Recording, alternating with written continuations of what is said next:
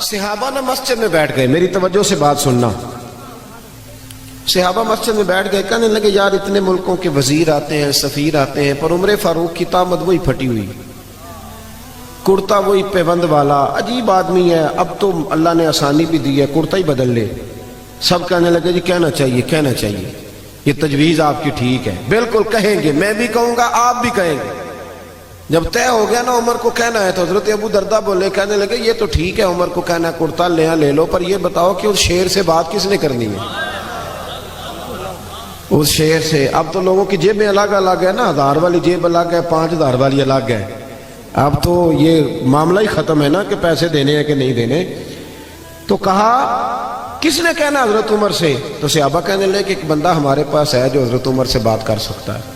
کہا وہ کون؟ کہنے لگے مولا علی شیر خدا، حضرت علی۔ اور ان لوگوں کا آپس میں بڑا پیار تھا، اشداء علی الکفار رحماء بینہم، کافروں پہ سخت تھے، آپس میں تو بڑے ہی رحم دل تھے، پیار تھا۔ اور جب قرآن کہتا ہے آپس میں رحم دل تھے تو پھر ہم قرآن کی مانیں گے، کسی غیر کی نہیں مانیں گے۔ تو قرآن نے کہہ دیا آپس میں رحم دل تھے تو پھر کسی اور سے ہمیں تفصیل لینے کی کوئی ضرورت نہیں ہے۔ حضرت علی سے کہا تو مولا علی شیر خدا کہنے لگے بات تمہاری ٹھیک ہے، کرتا عمر کو نیا پہننا چاہیے، میں بھی اسی حق میں ہوں، پر میرا وہ سجن ہے، میں اس کی طبیعت کو جانتا ہوں، مجھے پتہ ہے یہ بات میں بھی نہیں کر سکتا اس کے ساتھ، کیونکہ میں جانتا ہوں۔ تو جناب پھر کون کرے گا؟ تو حضرت عمر کہنے لگے ایک بندہ ہے، ایک شخصیت ہے، وہ کہیں گے تو عمر مان جائیں گے۔ کہ وہ کون؟ کہ ام المومنین سیدہ عائشہ صدیقہ رضی اللہ تعالی عنہا، وہ مومنوں کی ماں ہے، ہر ایک کے لیے قابل احترام ہے، وہ کہیں گی تو عمر مان جائیں گے۔ جناب عمر کسی کی پرواہ نہیں کرتے تھے، کسریٰ کے بادشاہ نے وقت مانگا تو فرمایا جاؤ دوڑ جاؤ، ٹائم کوئی نہیں۔ لیکن سیدہ عائشہ کے پاس لوگوں نے جا کے کہا کہ یہ بات ہے، عمر کو کہنا کرتا نیا پہنے۔ جب جا کے کہا نا، اماں جی نے کہا عمر سے بات کر لیتے ہیں، بلاؤ نا ذرا عمر کو۔ حضرت عمر کو پیغام گیا تو دوڑے ہوئے آئے، پردے کے پیچھے اتحیات میں بیٹھ گئے، آنکھوں میں آنسو۔ اماں جی میں نے دیر تو نہیں کر دی؟ اماں جی میں نے کوئی حکم ماننے میں دیر تو نہیں کی؟ کہا نہیں وقت پہ آ گئے ہو۔ اماں جی کیا حکم تھا؟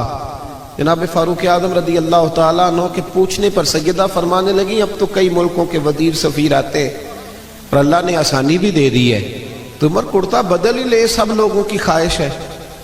جب سیدہ نے کہا تو فرماتی ہے میں نے پوری بات عمر کو سمجھائی، پر قربان جاؤں فاروق اعظم رضی اللہ تعالیٰ سنتے رہے۔ جب میں خاموش ہوئی تو کہا اماں جی مجھے بھی اجازت ہے ایک جملہ کہنے کی؟ کہا عمر اجازت ہے۔ تو جناب عمر رو پڑے، کہنے لگے میرے لیے ضروری ہے آپ کی بات ماننا، آپ جیسے کہیں گی میں مان لوں گا، پر مجھے اسی طرح کے کرتے پہنائیے گا جس طرح کے میں رسول پاک کے دور میں پہنا کرتا، اور میں انہی طریقوں پہ چلنا چاہتا ہوں جن پہ ابو بکر صدیق چلے۔ اماں جی میں سمجھتا ہوں کہ میری عزت کرتے میں نہیں، میری عزت تو محمد عربی کی غلامی میں ہے، آپ مہربانی فرمائیں۔